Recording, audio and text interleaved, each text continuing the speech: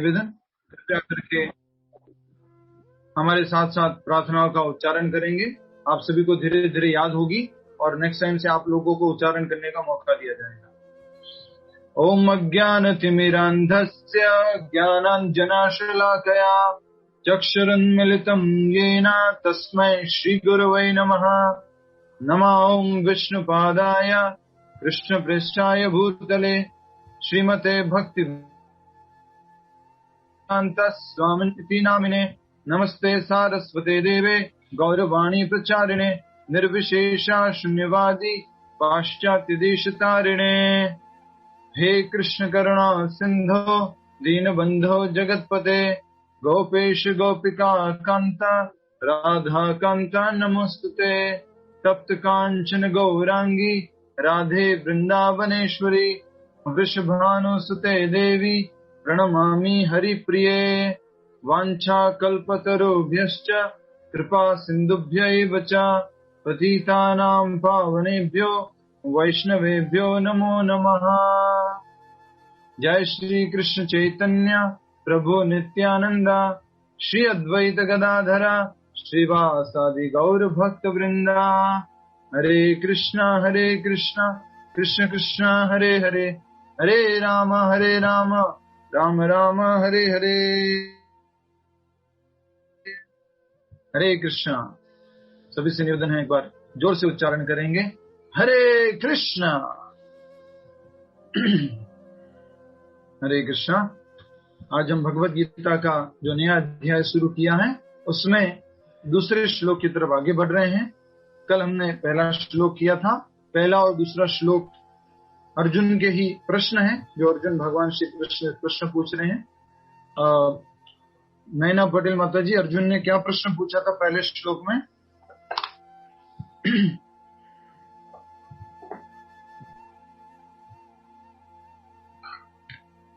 हरे कृष्ण प्रभु जी। अर्जुन ने पहले श्लोक में पूछा था कि बुद्धि सकाम कर्म से भी श्रेष्ठ मानते हो तो ये घोर युद्ध क्यों करना चाहिए? ठीक है, बहुत अच्छा। तो अर्जुन ने पहले ही श्लोक में तीसरे अध्याय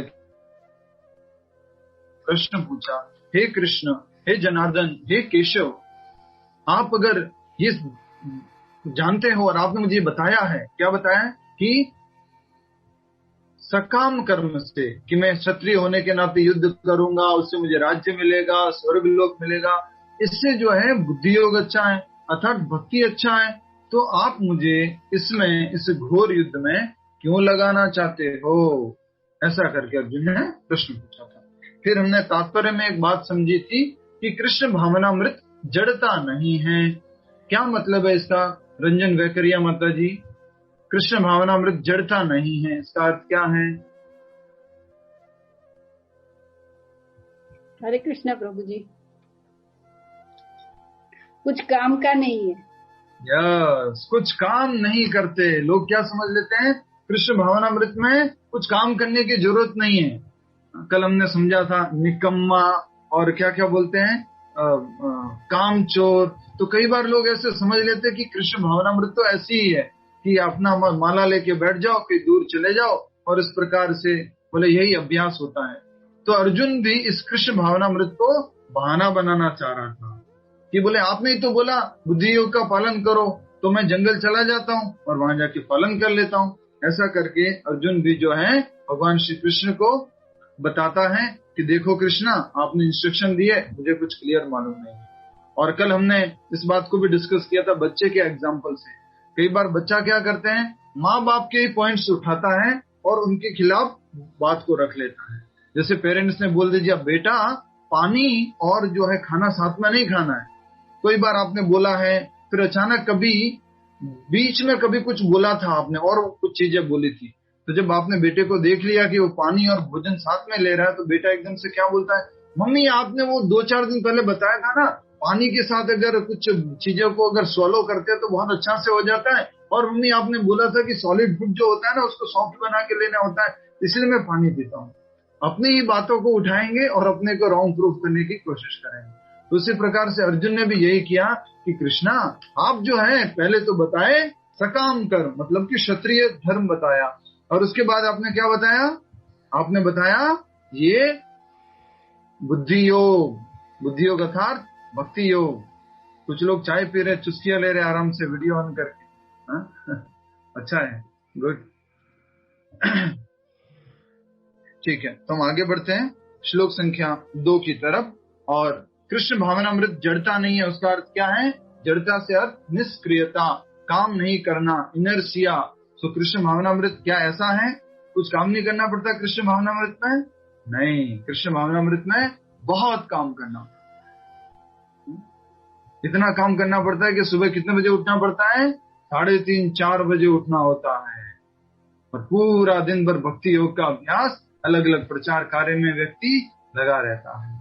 ठीक है, हरे कृष्णा। अगला प्रश्न, सॉरी प्रश्न नहीं, अगला श्लोक संख्या 2 शुरू करते हैं भगवान के आह्वान मंत्र से। आप सभी से निवेदन है, भगवान का आह्वान मंत्र दोहराएंगे। ओम नमो भगवते वासुदेवाय। ओम नमो भगवते वासुदेवाय। ओम नमो भगवते वासुदेवाय। मुखम करोति वाचालम पंगुम लंघयते गिरिं यत्कृपातमहं वन्दे श्री गुरुदीनतारिणं वाञ्छाकल्पतरुभ्यश्च। अध्याय 3 कर्मयोग, श्लोक संख्या 3। श्लोक संख्या 3 है?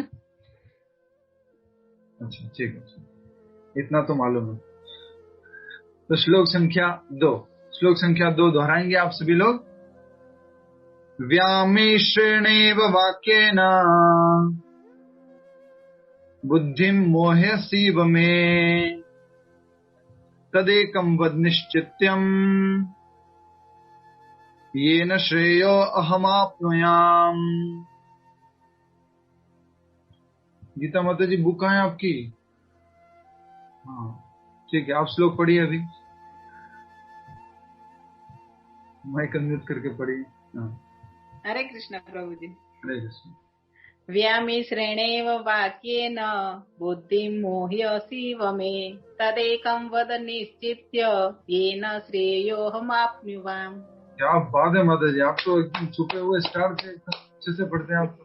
अरे नहीं, इस प्रकार सभी को आगे आना है और सभी वीडियो ऑन करके बैठिए। हरि बोल, हरे कृष्णा। आपका दर्शन करेंगे, हमारा भी भला हो जाएगा। भक्त हैं आप लोग। तो श्लोक एक साथ 1 2 3 हम साथ में पढ़ेंगे एक बार, ऑल टुगेदर। व्यामिश्रेणेव वाक्येन बुद्धिं मोहयसीव मे तदेकं वद निश्चित्य येन श्रेयो अहमाप्नुयाम्। अनुवाद दोहराएंगे। आपके व्याम मिश्रित अनेकार्थ उपदेशों से मेरी बुद्धि मोहित हो गई है, अतः कृपा करके, बोलिए सभी लोग, निश्चय पूर्वक मुझे बताएं इनमें से मेरे लिए सर्वाधिक श्रेयस्कर क्या होगा।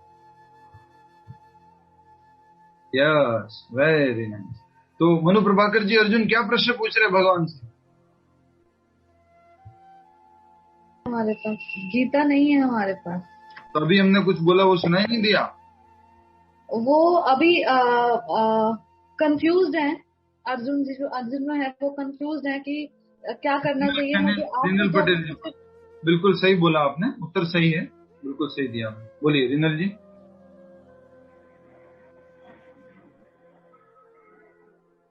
मतलब क्या बोलना है प्रभु जी? संकीर्तन एक भजन गाइए बढ़िया सा। ये बताइए कि दूसरे श्लोक में अर्जुन ने क्या प्रश्न पूछा भगवान से?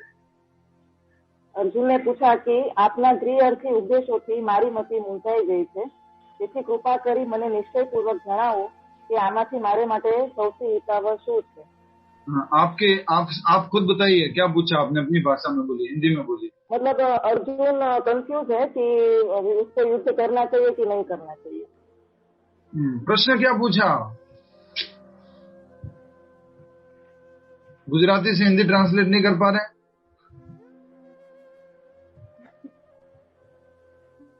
प्रश्न क्या पूछा है? सिंपल सा प्रश्न है कि व्यामिश्रणेन वाक्येन कृष्णा, आपने इतनी सारी बातें बता दिया है। सबसे पहले तो मुझे आत्मा और शरीर के बारे में बताया, उसके बाद आपने मुझे सकाम कर्म के बारे में बताया कि क्षत्रिय हो, युद्ध करो, नहीं युद्ध नहीं करोगे, भाग जाओगे तो तुम्हारा अपमान हो जाएगा, और क्षत्रिय के लिए अपमान जो है मृत्यु से भी ज्यादा भयानक होता है।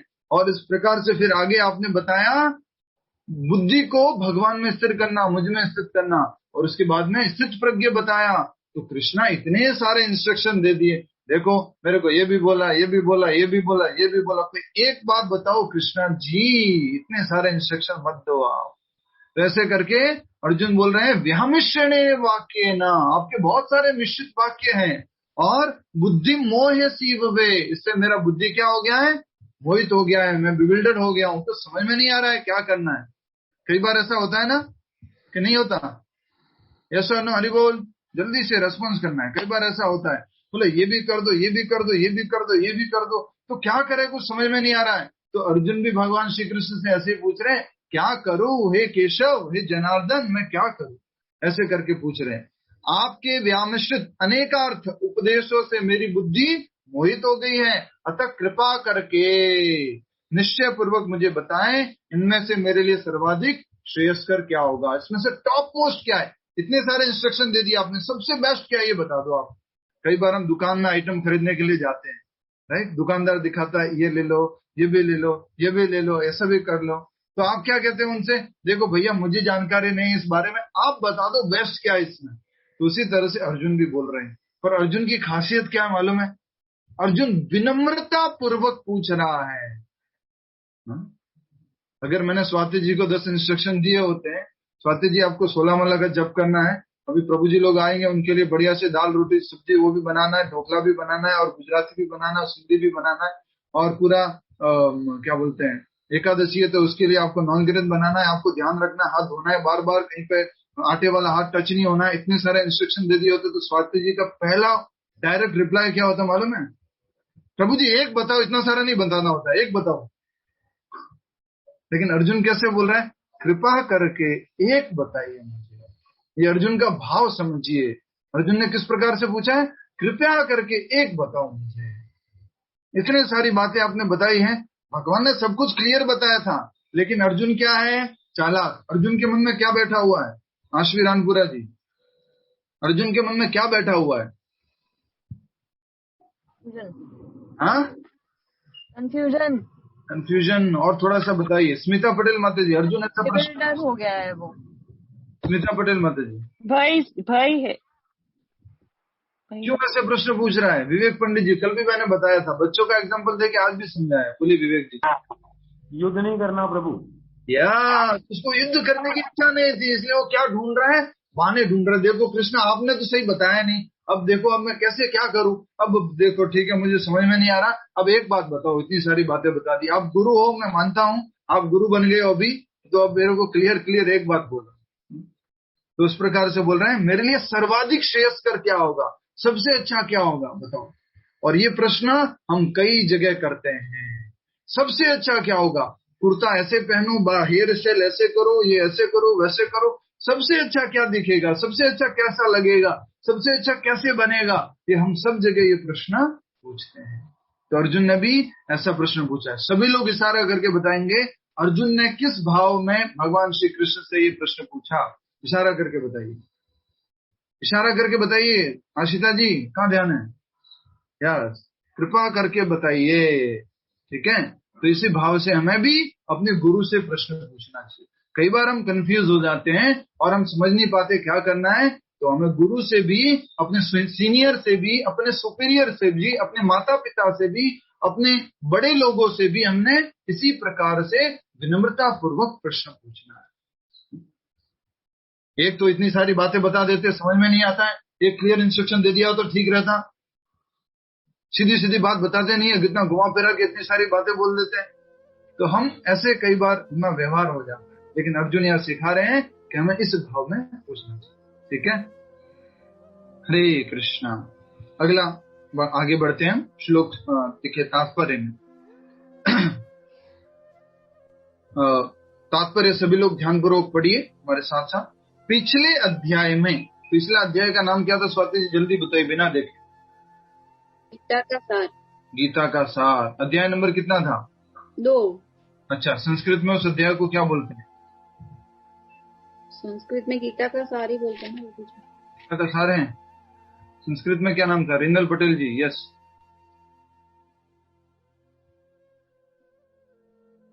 बोलिए। सांख्य योग।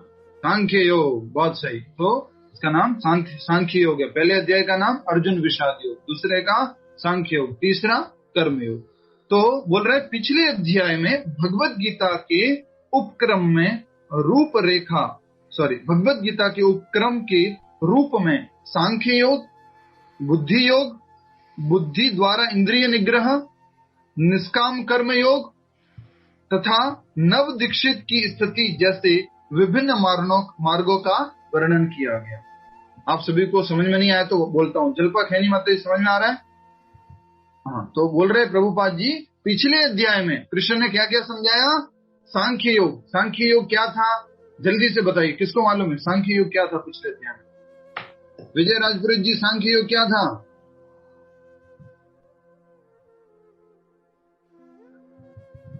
यस विजय राजपुरोहित जी जल्दी बताइए, सबका समय होता है। आवाज नहीं आ रही आपकी, क्या कर दिया आपने? कुछ गड़बड़ है, आपकी आवाज नहीं आ रही। ठीक है, आप सभी को आवाज आ रही है उनकी? नहीं आ रही? हाँ ठीक है। कौन बताएगा सांख्य योग क्या था? जयलक्ष्मी माता जी बताइए। कृष्ण प्रभु जी, आत्मा और शरीर का विस्तार से वर्णन था। आत्मा और शरीर का वैश्लेषिक अध्ययन, ये क्या था? सांख्य योग। सेकंड चैप्टर में भगवान ने बताया, श्लोक संख्या 12 से श्लोक संख्या 30 तक। ठीक है, उसके बाद बुद्धि योग। और ये बुद्धि योग क्या है? बुद्धि योग मतलब कि भक्ति योग। बुद्धि योग को किससे बताया गया यहाँ पर? भक्ति योग, जिसमें निष्काम कर्म किया जाता है, जिसमें कर्म का फल के बंधन में नहीं फंसते हैं, ये बुद्धि योग बता दिया। और फिर बताया बुद्धि योग द्वारा इंद्रिय निग्रह। ये बात क्या है विभाजन माता जी? बुद्धि योग द्वारा इंद्रिय निग्रह, ये क्या बात थी? प्रभु जी उसमें वो स्थित प्रज्ञ के जो गुण बता रहे थे। बुद्धि योग द्वारा इंद्रिय निग्रह बहुत सरल है। भावना गुप्ता माता जी बोलिए। हरे कृष्णा प्रभु जी। प्रभु जी ऋषि राजा अम्बरीश जी के द्वारा जो बताया गया, उनकी एग्जाम्पल देके कि वो कैसे अपने, तो बुद्धि योग द्वारा इंद्रिय निग्रह अर्थात कृष्ण भावनामृत में अपने आप को लगा करके सेवा के लिए कंट्रोल करना, सेंस कंट्रोल करना। ठीक है, तीसरा निष्काम कर्म योग, ऐसा कर्म करना जिसमें फल की इच्छा नहीं है, जैसे कि 2.47 क्या था? कर्मण्येवाधिकारस्ते माँ फलेषु कदाचन माँ कर्म फल हेतुर्भुर माते संगोस्तु अकर्मणि। तो ये निष्काम कर्म योग बताया। और उसके बाद नव दीक्षित की स्थिति जैसे विभिन्न मार्गों का वर्णन किया। ये नव दीक्षित क्या होता है? कौन बताएगा? हाथ खड़ा कीजिए। जल्पा खैनी माता जी बताएंगे आप, नव दीक्षित क्या होता है? सुना होगा ये तो। यस पता है प्रभु जी। अच्छा ठीक है, मीना माता जी बताइए। नहीं पता प्रभु जी। अच्छा, आपने हाथ तो खड़ा किया था। यस रेखा मल्होत्रा माता जी। हरे कृष्णा प्रभु जी। जो भक्ति में नए नए आते हैं, या जो भक्ति में नए नए आए हैं उनको क्या बोलते हैं? नव दीक्षित। ठीक है, तो नए नए लोगों के लिए भी मार्ग बता दिया, और आपने कर्मयोग भी बता दिया, निष्काम कर्मयोग बताया है, आपने बुद्धि योग भी बता दिया, आपने और क्या बताया? सांख्य योग, आत्मा और शरीर का वैश्लेषिक अध्ययन। कृष्णा इतनी सारी बातें बता दी आपने सेकंड चैप्टर में, इसलिए सेकंड चैप्टर को क्या बोलते हैं? गीता का सार। रेखा पटेल माता जी शू बोले से 6 बताइए। सेकंड चैप्टर को क्या बोलते हैं? माइक अनम्यूट करके बोलिए। अभी तो बोला मैंने, सेकंड चैप्टर का नाम क्या है? माता जी के लिए बहुत डिफिकल्ट हो जाता प्रश्न उत्तर, मतलब तो नहीं, मुझे लगा दूसरे को बोल रहे हैं। नहीं आपको नहीं पूछ रहे हम, रेखा पटेल माता जी को पूछ रहे हैं। अहमदाबाद वाले, बॉम्बे वालों को नहीं पूछ रहे। बता दो फिर। आप बता दीजिए, रेखा रेखा बराबर हो जाएगा। सांख्य योग, और हिंदी में गीता का सार। गीता का सार। तो उसमें सब कुछ बता दिया। इसलिए हमने क्या बताया था, याद है आपको? गीता यहीं पर खत्म होती है, दूसरे अध्याय में सब कुछ आ चुका है। अंत में क्या स्थिति होनी चाहिए मृत्यु के समय में, ये भी बता दिया।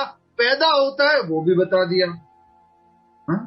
पैदा होने का क्या बताया था कि जो पैदा होता है, जिसका जन्म होता है, उसकी मृत्यु होती है। दोनों के बीच का भी सब कुछ बता दिया। और एक और बात बताई थी, वो क्या थी? आत्मा के बारे में, और वो थी कौमारम यौवनम जरा। पहले बड़ा छोटा शरीर होता है, फिर यौवन शरीर होता है, फिर जरा शरीर होता है। ये सारी बातें बता करके लगभग सारा सार बता दिया। लेकिन अभी आगे अर्जुन जो है भगवान कृष्ण की सारी शिक्षाओं का यूज कर रहा है और उनके ऊपर वार कर रहा है, प्यार से वार कर रहा है, अटैक कर रहा है कि कृष्णा आपने इतनी सारी बात बताई है, अब मैं कंफ्यूज हूँ, अब मेरा शोक दूर करने के लिए मुझे क्या करना होगा, अब बताओ, मैं भक्ति योग करूं, अष्टांग योग करूं, या कर्म योग करूं, या ज्ञान योग करूं, क्या करूं मैं?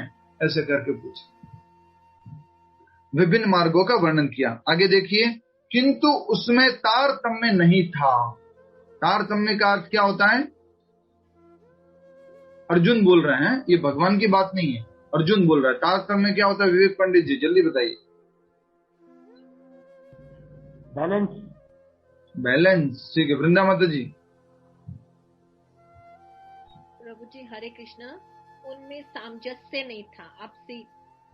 तारतम्य को सामंजस्य में घुसा दिया आपने, गड़बड़ कर दिया और कंफ्यूज कर दिया। ठीक है, इसको इस तरह से कहेंगे, क्लियरिटी नहीं थी। वो बोल रहा है तारतम्य नहीं था, कुछ कनेक्शन नहीं था और उसमें क्लियरिटी नहीं थी। ऐसे करके अर्जुन पूछ रहा है कि मुझे समझ में नहीं आ रहा था, इतना सारी बातें बताई।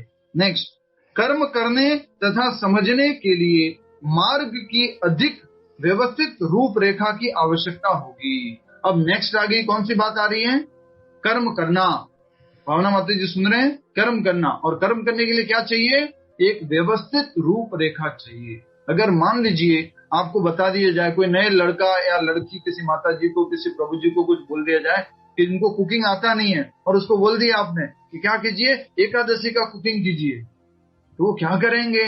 उनको कंप्लीट गाइडलाइन देना होगा कि एकादशी के दिन अन्न नहीं लेते हैं, आटे वाले हाथ टच नहीं करने, पुराना नमक उपयोग नहीं करना है, और दाल नहीं लेना है, और चपाती नहीं, पापड़ नहीं, ये सारी चीजें नहीं टच करनी होती है, चावल भी टच नहीं करना होता है। कुछ लोग समझते हैं कि एकादशी के दिन ओनली चावल टच नहीं करते या चावल नहीं लेते, नहीं, एकादशी के दिन सारे अन्नों का उपयोग नहीं करना होता है। तो उनको मैं कंप्लीट गाइडलाइन देनी होगी कि ऐसा ऐसा ऐसा करोगे तो आप जो है इसको बना पाओगे, एकादशी का प्रसाद को बना पाओगे। ठीक है, हरे कृष्ण। किसी ने पूछा साबूदाना ले सकते हैं? ले सकते। प्रश्न, आप पुराने स्टूडेंट हैं, बाद में पूछा कीजिए। किंतु उसमें तारतम्य नहीं था। कर्म करने तथा समझने के लिए मार्ग की अधिक व्यवस्थित रूपरेखा की आवश्यकता होगी। अतः अर्जुन इन भ्रामक विषयों को स्पष्ट कर लेना चाहता था, जिससे सामान्य मनुष्य बिना किसी भ्रम के उन्हें स्वीकार कर सके। स्वाति जी बताइए, भ्रामक विषय कौन से? बोल रहे भ्रामक विषयों को वो क्लियर करना चाहता था, जिससे कि सामान्य मनुष्य जो है वो सही से समझ पाए। मतलब यही प्रभु जी जो पहले अध्याय में बताया कि ये सांख्य योग, बुद्धि योग जो सब उनको बोला, वो सब मतलब वो कंफ्यूज हो गई। ये सारे मतलब ये सारे टॉपिक्स आपने बताए तो हाँ, तो यस, तो अर्जुन के लिए सब भ्रामक विषय थे। कर्म योग, सकाम कर्म, या फिर बुद्धि योग, या फिर ये आपने जो बताया सांख्य योग, मैं भक्ति योग क्या करूं?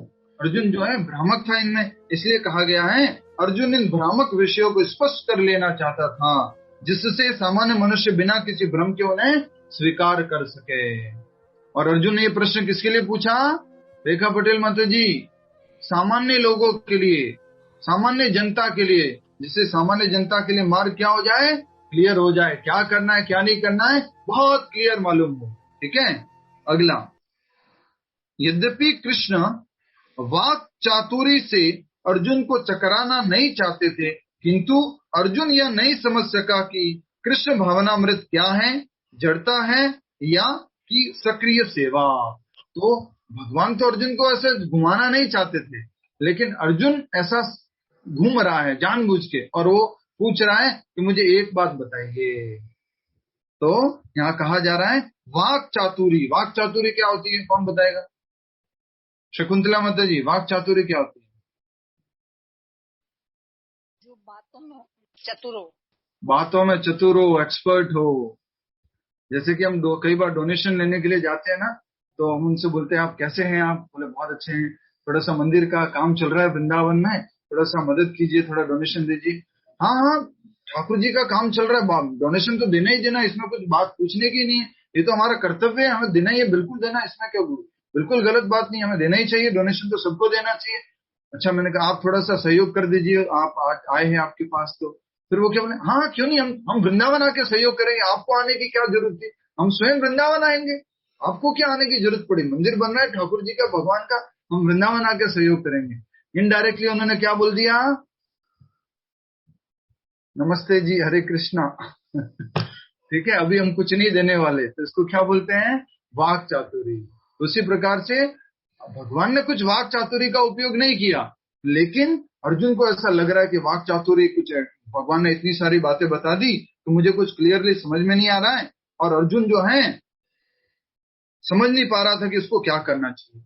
और सबसे बड़ी मिस्टेक अर्जुन ने क्या की, शीतल खैनी जी, अर्जुन को सबसे बड़ा क्या समझ में नहीं आया, अभी जो लास्ट लाइन पढ़ी उसी में लिखा हुआ है।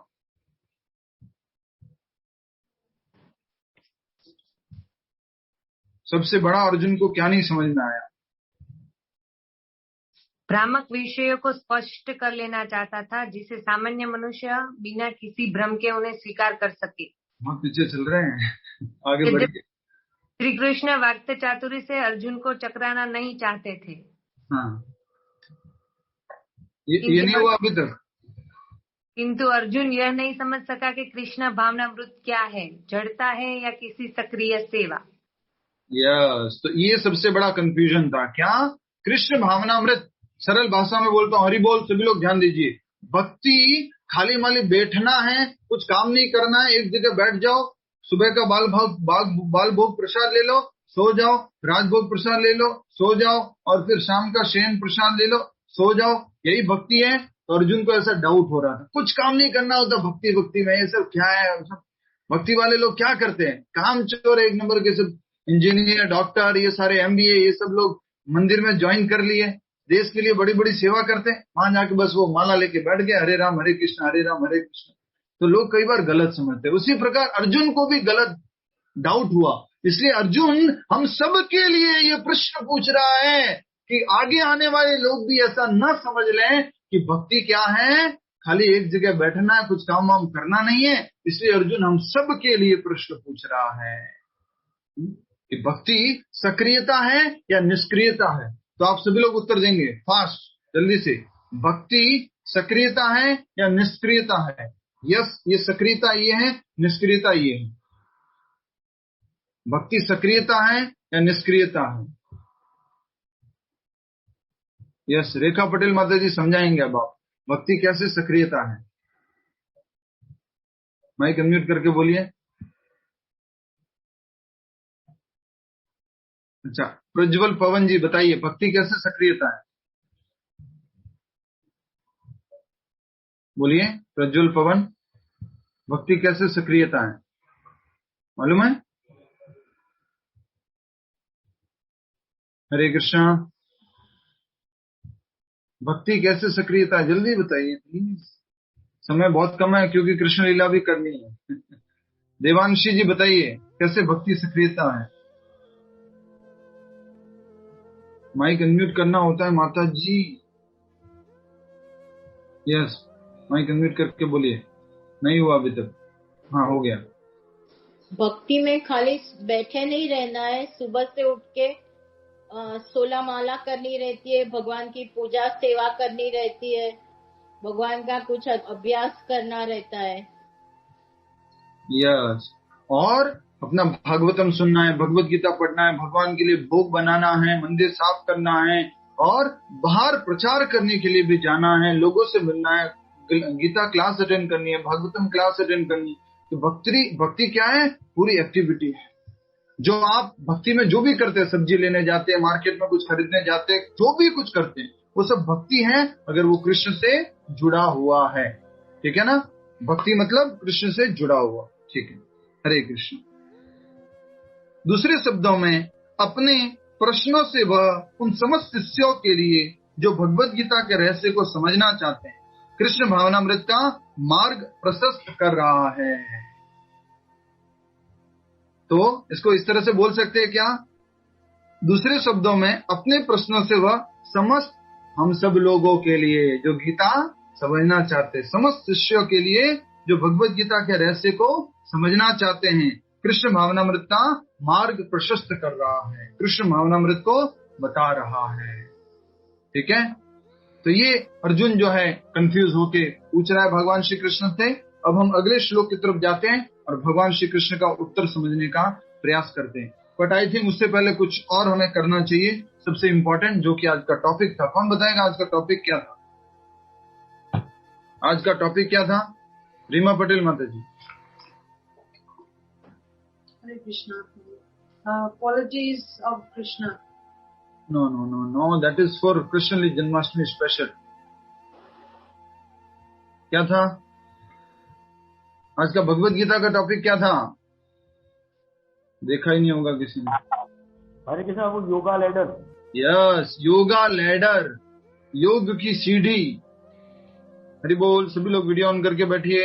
गायब हो गए फिर। इंपॉर्टेंट टॉपिक डिस्कस करने जा रहे हैं अभी। ठीक है, आप अपने बुक के अंदर, अपने नोट्स के अंदर चार्ट बना दीजिए, 7 लाइनों का चार्ट, 7 स्टेप्स। ठीक है, 1 2 3 नीचे से नंबर दीजिए, 1 2 3 4 5 6 7 ऐसे नंबर दीजिए, क्योंकि हमारे को ये क्लियर होना चाहिए। क्योंकि अभी भगवान कर्मयोग बताना जा रहे हैं, तो क्या कर्मयोग सर्वश्रेष्ठ है? क्या सर्वश्रेष्ठ है? तो उसको समझने का प्रयास करें। सबने अपने नोट्स में बना दिए 4 लाइनें, 7 लाइनें, 1 2 3 4 5 6 7 नीचे से ऊपर की तरफ। ठीक है, नीचे से ऊपर की तरफ, रिपीट कर रहा हूं मैं, नीचे से ऊपर की तरफ। ठीक है, तो सबसे तीसरे नंबर की लाइन पर नंबर दे दीजिए, 1 2 3 4 5 6 7 नंबर दे दीजिए, नंबरिंग कर दीजिए।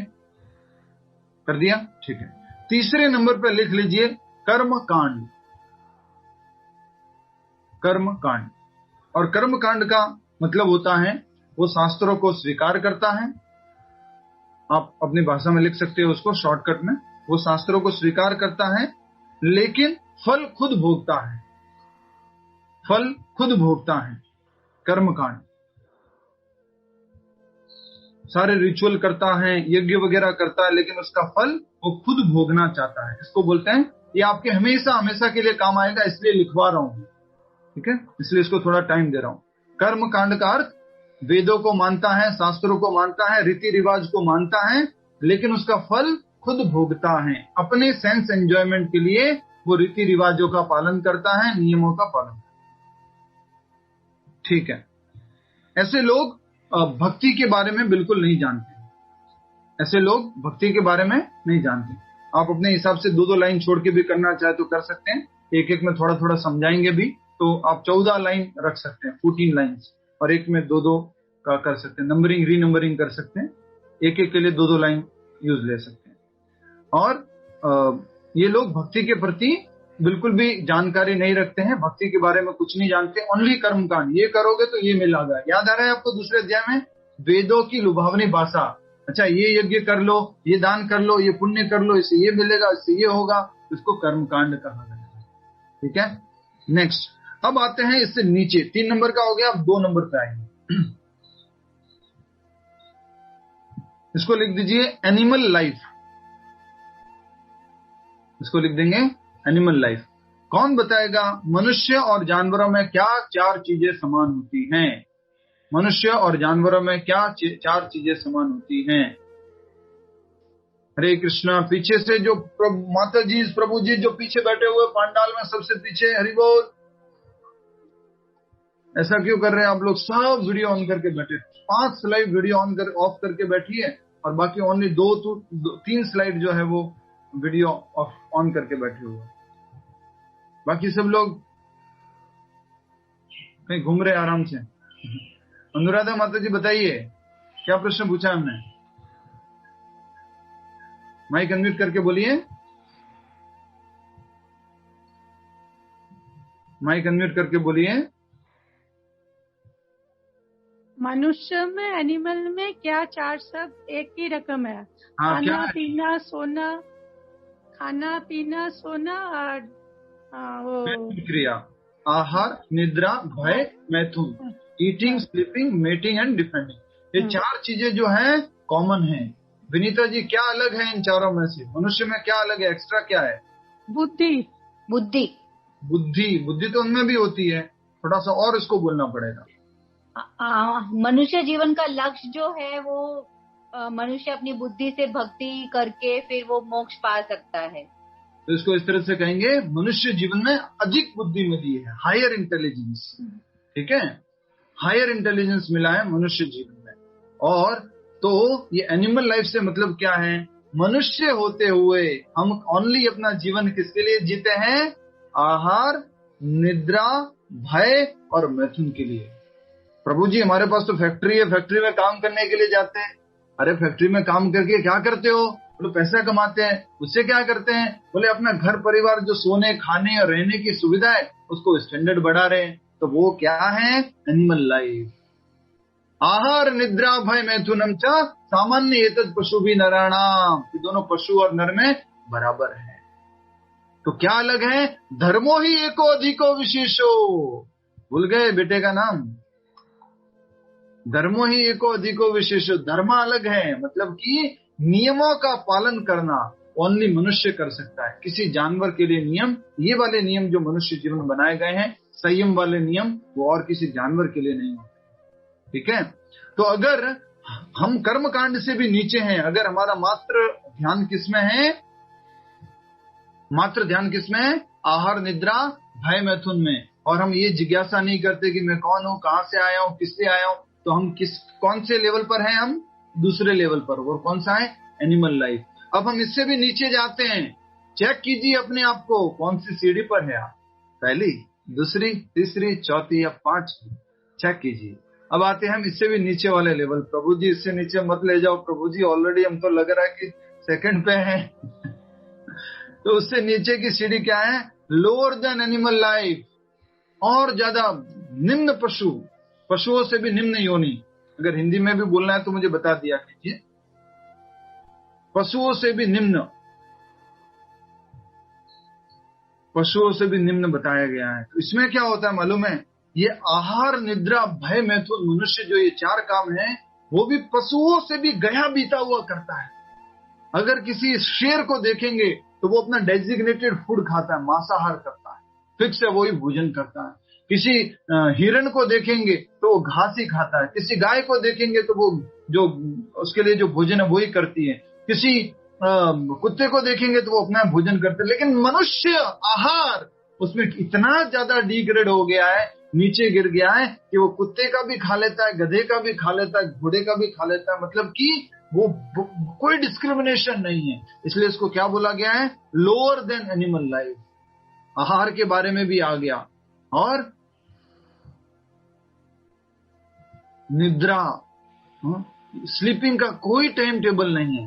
एटलीस्ट जानवर लोग शाम को संध्या होते ही ना सब सो जाते हैं। आपको याद है ना, मैं बताया था। और सूर्य की पहली किरण उठते ही चींटी तक उठ जाती है। लेकिन हम 10 बजे तक, 11 बजे तक, कई बार संडे को किसी के घर में जाओ तो साफ साफ एक्सेप्ट भी कर लेते, प्रभु जी आज तो संडे था ना इसलिए थोड़ा लेट उठे। तो हम मनुष्य से नीचे जानवर, जानवर से नीचे क्या? और निम्न योनि में, जानवरों से भी नीचे, उसमें क्या? आहार, निद्रा का कुछ भी मालूम नहीं है। मर्जिया जो खा लेते हैं, मर्जिया जैसे सो लेते हैं, कुछ भी टाइम टेबल नहीं है। 10 घंटा 12 घंटा कुछ भी रेगुलेशन नहीं है। तो ये आहार, निद्रा, भय, और भय तो इतना ज्यादा लगा हुआ है कि कुत्तों से भी ज्यादा भय है, गधों से भी ज्यादा भय हो गया हमारे जीवन में। तो इसको निम्न योनि कहा गया। और मैथुन, तो मैथुन क्रिया के लिए extra marital affair, before marriage, after marriage and living relationship, and आजकल तो हुकअप्स एंड क्रूकअप्स में क्या क्या बोलते हैं मालूम नहीं, तो सब कुछ आ गया है। तो ये सब जो है लोअर देन एनिमल लाइफ है।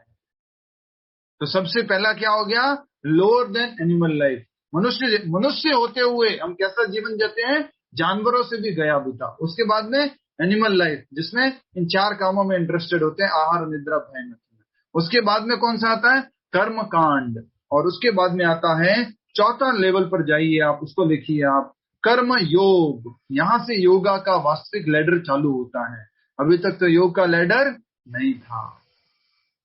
कर्म योग के अंदर बताया गया है, व्यक्ति शास्त्रों को जानता है, वेदों को जानता है, और उनका जो उन शास्त्रों में बताए गए कर्मों को करता है, और उसका फल जो है भगवान को अर्पण करता है। अपने कर्मों के द्वारा भगवान को प्रसन्न करता है। इसको क्या कहेंगे, कर्म योग। अपने कर्मों के द्वारा भगवान को प्रसन्न करता है, हर एक कार्य को भगवान से जोड़ देता है, तो इसको क्या कहेंगे, कर्मयोग। आशा करता हूं आप लिख पा रहे हैं, इंग्लिश में भी हिंदी में भी, जैसा भी आप कंफर्टेबल है उसको लिखिए।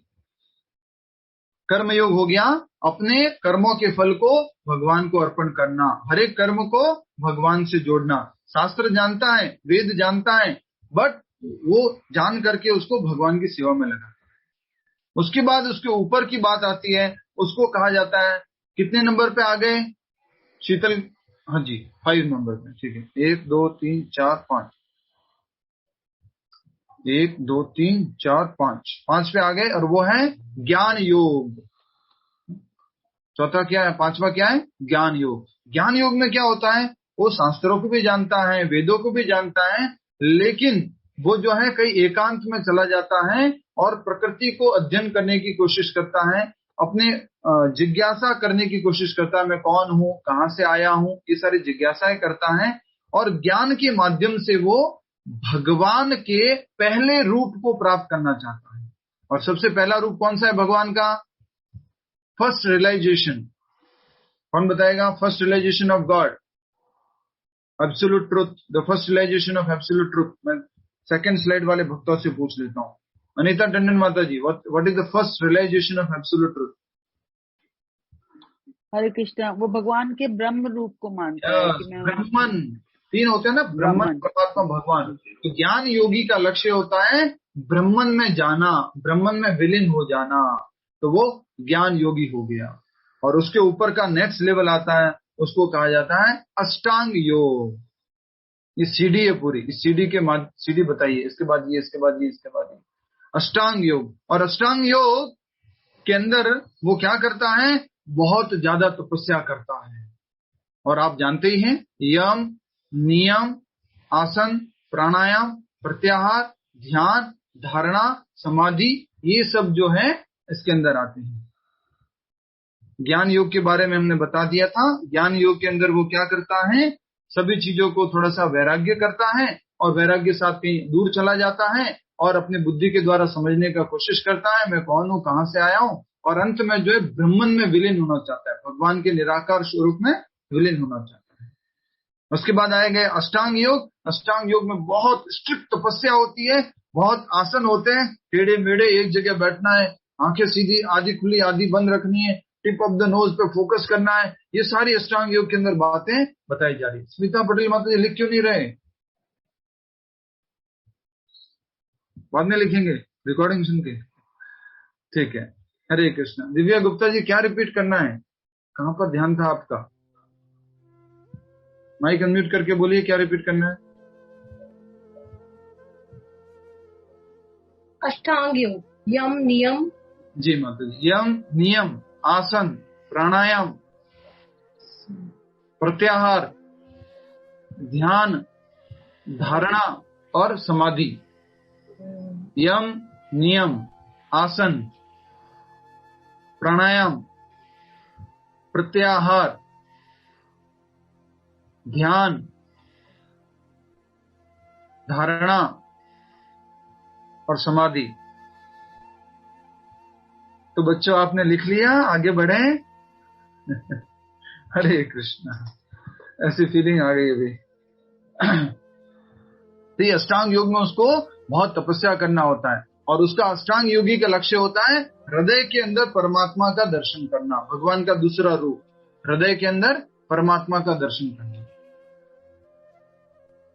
हृदय के अंदर परमात्मा का दर्शन। उसके बाद तीसरा आता है last and foremost, top most, सबसे ऊपर बैठे हुए हैं। कौन सा योग हो सकता है? सभी लोग अपना माइक अनम्यूट करके बोल सकते हैं। लास्ट एंड फाइनल ये कौन सा योग हो सकता है? माइक अनम्यूट करके बोलिए, एकदम बारिश कर दीजिए शब्दों। भक्ति योग।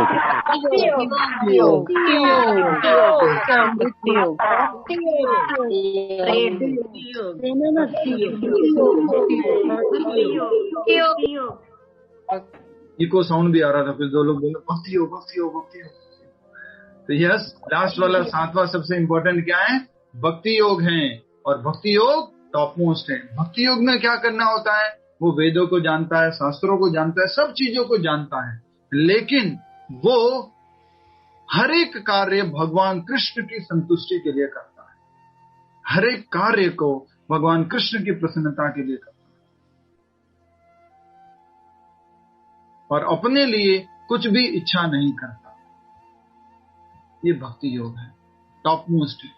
भगवान की भक्ति भी करता है बिना इच्छा की, अपने लिए कुछ इच्छा नहीं करता है। अन्याभिलाषिता शून्यम, और only only and only Krishna की भक्ति करता है, मतलब कृष्ण को प्रसन्न करने का कोशिश करता है। उसको क्या बोलते हैं? भक्ति योग। इन सब में जो टॉप मोस्ट है वो क्या है? भक्ति योग। ठीक है। अब आपका एक प्रश्न हो सकता है, प्रभु जी आपने इसको योगा लैडर बोला है, इसको तो आपने योग की सीढ़ी बोली है, इसका मतलब एक सीढ़ी रखी और उसके बाद एक सीढ़ी, क्या बोल रहे हैं माता जी आप? वृंदा माता जी, क्या प्रश्न है? ग्रान you, what is that? Mic unmute करके बोलिए, क्या पूछ रहे हैं आप? बीच में प्रश्न पूछना नहीं है, बोलिए माता जी। वृंदा माता जी, माइक अनम्यूट कर सकते हैं आप। अब हुआ। हरे कृष्ण प्रभु जी, ये गलत टाइप हो गया प्रभु जी, मुझे ज्ञान योग नहीं समझ में आया। माता जी बताया था ना, ज्ञान योग जो योग है उसमें व्यक्ति ज्ञान के माध्यम से अपने आप को समझने की कोशिश करता है, भगवान को समझने की कोशिश करता है, और भगवान के ब्रह्मन रूप को ही सब कुछ समझ बैठता है, और संसार से दूर चला जाता है, और इस प्रकार से वो जिज्ञासा करता रहता है, मैं कौन हूँ, कहाँ से आया हूँ। इस प्रकार से ये ज्ञान योग है। उसका लक्ष्य होता है ब्रह्मन। वो अपने ज्ञान के माध्यम से, बुद्धि के माध्यम से परमात्मा को नहीं जान पाता और भगवान को नहीं जान पाता। वो किसको जानता है? ब्रह्मन को ही जानता है। भक्ति योग टॉप मोस्ट है। उसमें क्या है? वो भक्ति योगी किसको प्राप्त करना चाहता है? स्वयं कृष्ण को। ये लिख दीजिए, ये शायद नहीं लिखा होगा आपने। ज्ञान योगी ब्रह्मन को, अष्टांग योगी परमात्मा को, और भक्ति योगी स्वयं भगवान को प्रसन्न करना चाहता है अपनी सेवा के द्वारा, और स्वयं भगवान उसके लक्ष्य होते हैं। किसके? भक्ति योगी के। तो आपका प्रश्न ये हो सकता था ओम प्रकाश जी, प्रश्न ये हो सकता था कि सीढ़ी में क्या करते हैं? एक के बाद एक, एक के बाद एक, एक के बाद एक, ऐसे जाते हैं। यस और नो, यस और नो, जल्दी फास्ट, हरी बोल। सीढ़ी में कैसे जाते हैं? एक के बाद एक। बट हमें ऐसे जाने की जरूरत नहीं है। हम डायरेक्टली किसका अभ्यास कर सकते हैं? भक्ति का अभ्यास कर सकते हैं, मतलब कि लिफ्ट प्रोसेस को यूज कर सकते हैं। भक्ति को क्या बताया गया है? Lift process. आप लोअर देन एनिमल लाइफ हो, सबसे कौन सी स्टेज पे हो? पहली स्टेज पे हो, वहां से सीधा 7वीं स्टेज पे जा सकते हो। लिफ्ट में बैठ गए, सीधा 7वें नंबर का बटन दबाया, कहां चले गए? 7वें फ्लोर। उसी प्रकार से मीट ईटिंग करते हैं, गैम्बलिंग करते हैं, गलत काम करते हैं, नशा करते हैं, बहुत गलत आदतें, बाहर जाते हैं, पब जाते हैं, पैसा खर्च करते हैं, गलत गलत जीवन में आदतें अपना रखी है। लोअर देन एनिमल लाइफ है, क्या खाना है क्या नहीं खाना है कुछ मालूम नहीं है, सब गलत गलत कार्य करते हैं। तो वो लोग भी सीधा भक्ति योग में आ सकते हैं। उसको क्या बोलते हैं? भक्ति योग की शक्ति। किसकी शक्ति? भक्ति योग की शक्ति। इसका एग्जाम्पल कोई दे सकता है? Fast fast fast. इसका एग्जाम्पल क्या? माइक अनम्यूट करके बोल दीजिए। लोअर देन एनिमल लाइफ से सीधा ऊपर।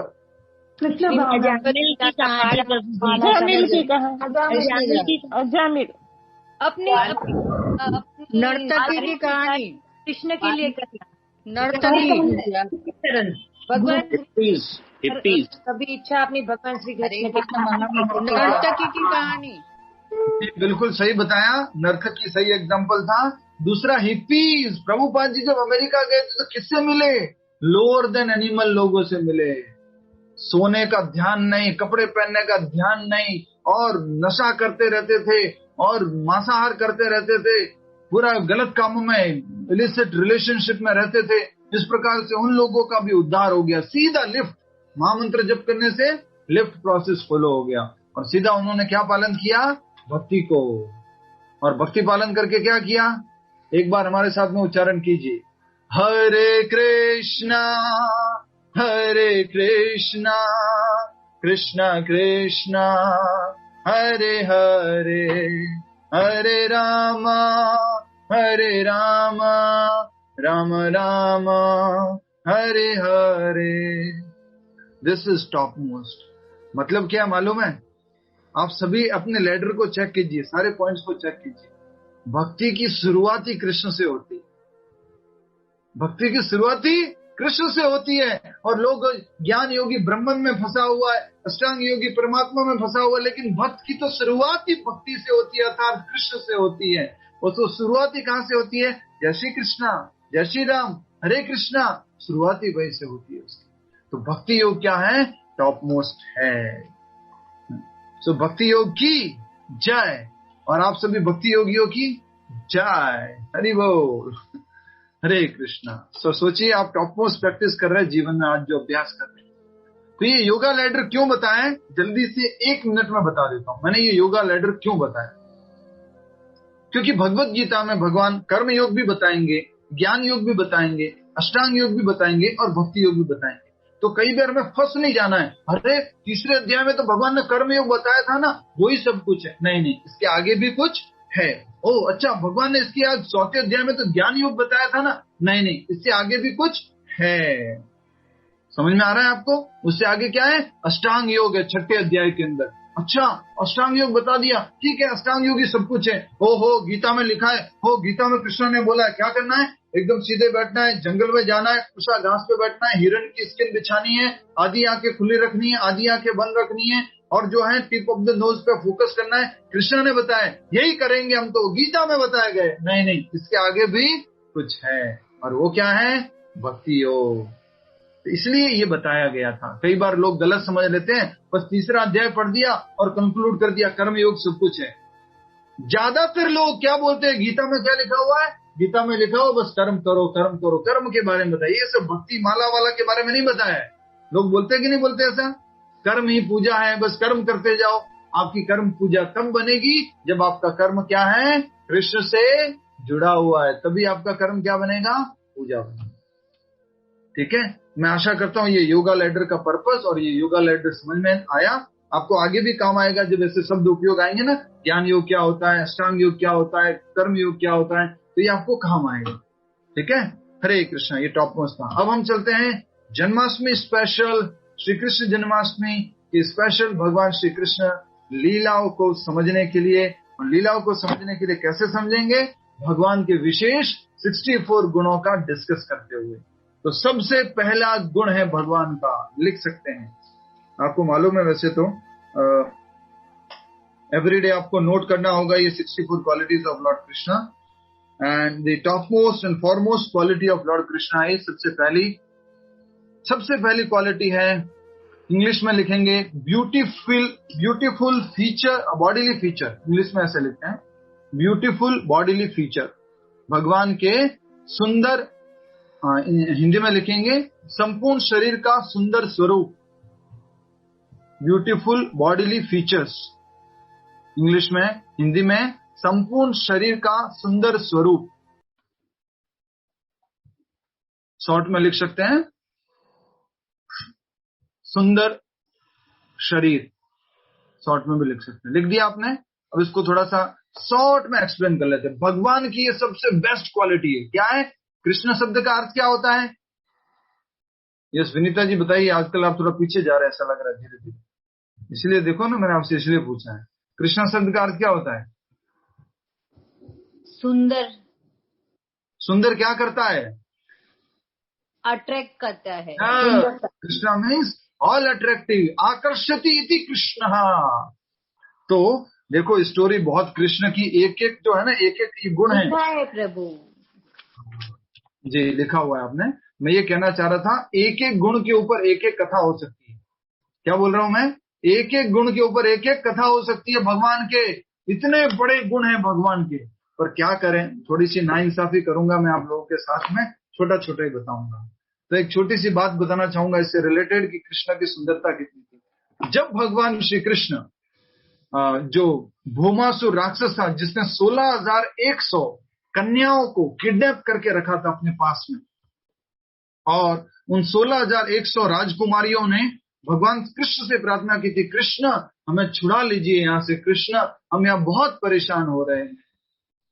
तब भगवान श्री कृष्ण ने इस भौमासुर राक्षस को वध किया और उसके बाद में इन सारी की सारी 16,100 राजकुमारियों को छुड़ाया। और जैसे उनको छुड़ाया ना, तो ये सारी राजकुमारियां क्या बोलने लगी मालूम है? Sorry sorry Krishna, we are very sorry, Krishna please माफ कर दो, हमारे से गलती हो गई। बोले अरे सॉरी किस बात की, सॉरी क्यों मांग रहे हो, क्या गलती हो गई आपसे? तो ये राजकुमारियां क्या बोलती है मालूम है? हमने तो आपकी सुंदरता का कंपैरिजन, आपकी आंखों का कंपैरिजन कमल के पत्तों से किया था, लेकिन आप तो उससे भी कई गुना सुंदर हो। Krishna sorry sorry sorry Krishna, आपका मुख जो है हमने कंपेयर कर लिया था कि चंद्रमा के समान है, लेकिन कृष्णा माफ कर दो, आपका मुख तो चंद्रमा से भी कई गुना सुंदर है। ऐसे करके वो माफी मांगती है 16,100 राजकुमारियां भगवान की सुंदरता को देख करके। इतना ज्यादा सुंदर थे भगवान श्री कृष्ण। और भी इनके ऊपर बातें हैं। ऐसा कहा जाता है कि भगवान श्री कृष्ण को कुरुक्षेत्र के युद्ध में जब कोई वो देख लेता था ना, ये जो नए लोग आए थे देखने के लिए, पुराने लोग तो देखे थे उनका नहीं, जो सेना में लोग थे, वो जब भगवान कृष्ण को देखते थे ना तो भूल जाते थे मैं क्या करने के लिए आया हूं यहाँ पर, कृष्ण को ही देखते रहते थे, इतना आकर्षक है कृष्ण।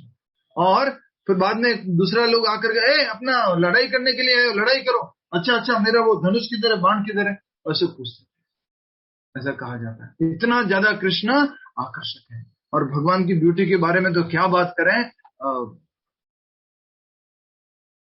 बहुत सारे टॉपिक्स है, समय की सीमा है, थोड़ा सा आगे बढ़ते हैं नेक्स्ट गुण के ऊपर। बट एक इंग्लिश में एक और पॉइंट पढ़ लेता हूं, आप लोग सुनिएगा, हिंदी में बता दूंगा।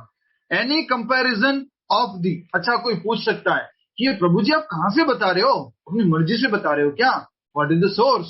आप सभी का जब भी किसी से कोई बात सुनते हो ना, किसी गुरु से, किसी महाराज जी से, किसी से भी, तो आपको प्रश्न पूछना है, क्या रेफरेंस क्या है, कहां से बोल रहे हो? तो आपके लिए रेफरेंस है